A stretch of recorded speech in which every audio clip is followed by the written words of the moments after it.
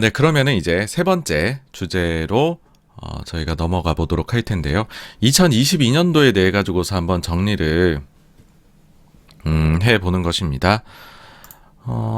요것은 뭐 이제 전체적으로 뭐 22년 전체를 뭐 이렇게 하겠다가 아니라 저희 채널에서 그때 다뤘던 것들 있잖아요. 그걸 한번 정리를 해 보겠다라는 것이고, 제가 이제 연초에 뭐 내년도에는 올해는 어떤 것이 좀 핵심 키워드로 작동할 것 같다.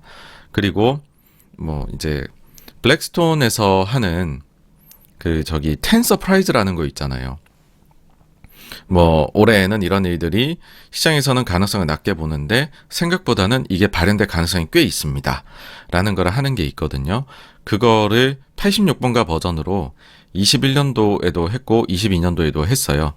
그래서 그걸 한번 리뷰를 해보도록 하겠습니다. 참고로 다음 주 이 시간에는 23년도의 핵심 키워드 뭐가 될까, 그리고 23년도에 86번가가 생각하는 텐서프라이즈를 이제 말씀을 드려볼까 하고요. 이게 하다 보니 부담이 좀 되고 있어요. 주변에 요즘 많이 물어보고 있습니다.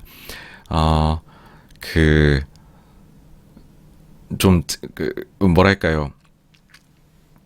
사실 저희 채널이 21년도나 아니면 22년 시작할 때나 그럴 때는 지금하고 사실 비교도 할 수 없을 만큼 작았어요. 그래서 저도 좀 아무런 부담 없이 이걸 했던 것 같아요. 그냥 뭐 툭툭툭툭 적어가지고 했었는데, 근데 이번 같은 경우에는 어쨌든 또 감사하게도 더 많이들 들어주시고 하다 보니까 더 좀 준비를 잘해야겠다는 생각이 들어서 주변에도 많이 물어보고 저도 지금 많이 고심을 하고 있어요. 그래서 텐서프라이즈에 대한 거랑 내년도 키워드에 대한 거를 지금 한 달 넘게 고민하는 것 같아요. 사실 그때 한 달 전에 그런 말씀드렸죠. 이미 다 나왔다 했는데 그 중에 많은 게 막 또 시장에서 이미 지금 발현이 됐어요. 그래가지고서 아이고 내년도에 내가 할 것들이었는데 다 이미 끝났구나. 저거는 그럼 제외해야겠네. 그래서 없어진 게 상당히 많습니다. 그래갖고 다시 만들어야 되더라고요. 네, 그래서 다시 만드는 과정에 있다. 라는 거 알아주시면 좋을 것 같습니다. 그럼 이제 22년도 때의 키워드를 어떤 거를 얘기 드렸냐라고 하면 핵심 키워드가 요거였어요. 일단은 시장이 역금융 장세하고 역시적 장세에 들어갈 것 같다 였었고, 두 번째가 이제 개인 투자자들이 되게 실망을 할 거다. 그래서 근데 이들이 굉장히 이제 개인 투자자들이 시장에 매수를 많이 했기 때문에 세력화가 될 것 같다. 그러면은 주주행동주의가 조금 더 이제 유행을 할 것 같다. 여기에 추가적으로 정부에서 주주가치, 소액주주, 그러니까 일반 주주 가치를 올려줄 수 있는 거에 대해 가지고서 몇 가지 정책이 나오지 않겠느냐라고 얘기를 드렸었죠. 그러면서 제일 핵심적인 정책은 아무래도 이사 충실 의무에서 주주 비례적 이익을 좀 추가를 해주는 게 제일 핵심적이고, 그 다음은 의무 공개 매수 제도를 해주면 좋겠다. 이렇게 말씀드린 바 있습니다. 다음으로 내수 경기가 부진할 것 같다, 수출주가 상대적으로 좋을 것 같다라고 하면서 뭐 금리 상승 등등등등 이런 것들을 워낙 약세 요인이 강한 것 같다, 이런 것도 얘기 드렸던 것 같고, 다음으로 코스피가 좀 안 좋을 것 같다는 거죠. 이게 수급 쪽으로 너무 대규모 IPO가 있어서 수급을 너무 빨아당긴다. 그러다 보니까는 이게 이제 개별주로 같은 섹터 내에서도 차이가 크게 날 것 같다라고 얘기를 드렸던 바가 있죠. 그러고 저인력 구조 기업을 좀 좋아할 것 같다. 왜냐하면 인플레 인력난 때문에 임금 인상 뭐 이런 것들이 등등등등 있을 것 같다. 그래서 사실은 또 뭐 저인력 구조 기업 선호도 있지만은 반대로 얘기해 보면은 인건비에 대한 부담이 있는 기업들은 좀 피하는 게 좋겠다, 이런 거였었죠. 그랬습니다. 그래서 뭐 대체적으로는 올해에 대해 가지고서 뭐 그래도 키워드가 영 뭐 이상하게는 안 했던 것 같아요. 잘 그래도 짚었었던 게 아닌가라고 생각이 되고, 그 다음으로 텐서프라이즈를 보게 되면 중국이 제일 늦게 코로나로 인해 가지고서 피해를 입게 된다라고 얘기를 드렸었고, 이렇게 됐었죠. 그 다음에 글로벌 증시가 10% 이상 하락할 것 같다라고 했는데 실제로 또 좀 하락이 이렇게 크게 나올 줄은 몰랐어요, 사실. 네. 다음으로 코인 가격이 주요 중앙은행 자산의 증감하고 괴리 같이 하는데 이게 이제 뭐 줄어들게 될 테니까 그러면은 코인 가격이 약세가 되지 않겠느냐라는 얘기도 드렸던 것 같고 실제로 과거에 테이퍼링 시기에 코인 가격이 안 좋았었던 적이 있다. 뭐 이런 얘기 드린 적 있죠. 그 다음에 지금 보면 사실 되게 웃긴 얘기인데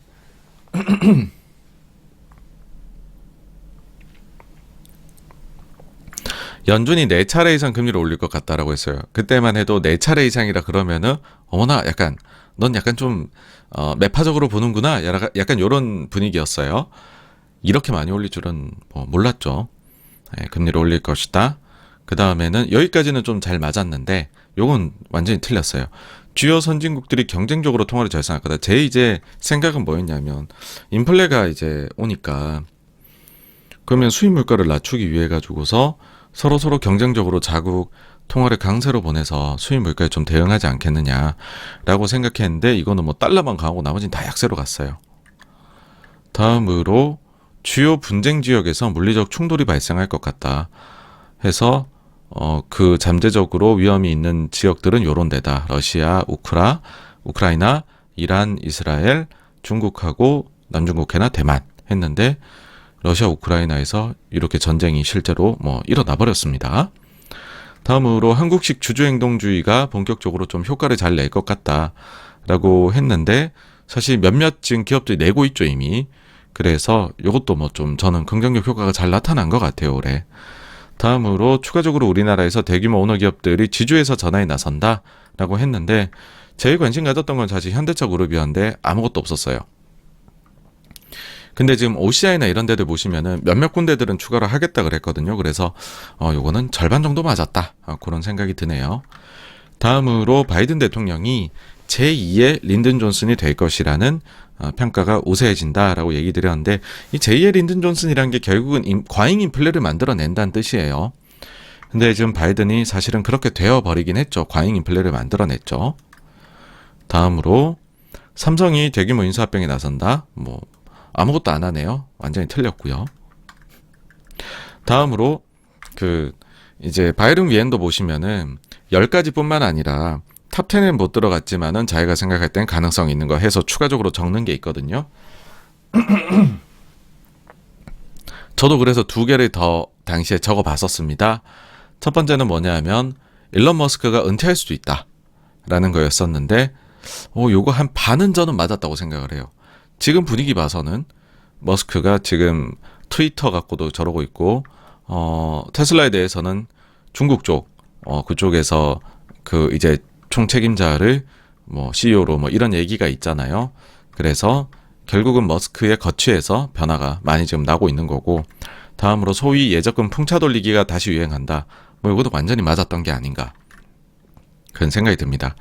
그래서 대체적으로 이것도 좀 잘 당시에는 텐 서프라이즈인데 꽤나 잘 맞아 들어갔던 것 같아요. 근데 그래서 부담이 많이 됩니다. 네, 내년도 거 어떻게 해야 될까 부담이 많이 되는데 그래도 또 뭐 우리가 당연히 틀린다고 생각하고 보는 거예요. 서프라이즈잖아요, 여러분. 가능성이 낮은 거예요. 가능성이 낮은 건데 한번 적어보는 거거든요. 그래서 제가 적게 될 거에 너무 놀라지 마시고요. 다음 주 거에 진짜 저게 서프라이즈 하니까 적었구나. 그렇게 봐주시면 좋을 것 같아요. 다음 주 어쨌든 내용 거의 완성되긴 했어요. 사실 거의 완성이 되긴 했는데 뭐 사실 지나간 거 보는 거는 큰 재미가 없죠. 큰 재미없고 미래 거를 보는 게 재밌는 거니까 한번 제가 좀 신경 써서 한번 만들어 보려고 하고요. 여러분들께서도 뭐 사실 이거는 재미기도 해요. 우리가 주식하는 데 있어서 이런 것들을 한번 만들어 보시면 또 연말에 또 하나의 큰 재미가 되지 않을까라는 생각이 듭니다. 그래서 여기까지가요. 세 번째로 제가 이제 올해에 대해 가지고서 좀 연초에 바라봤던 것들 어떻게 흘러갔었는지 한번 리뷰를 해봤습니다. 네.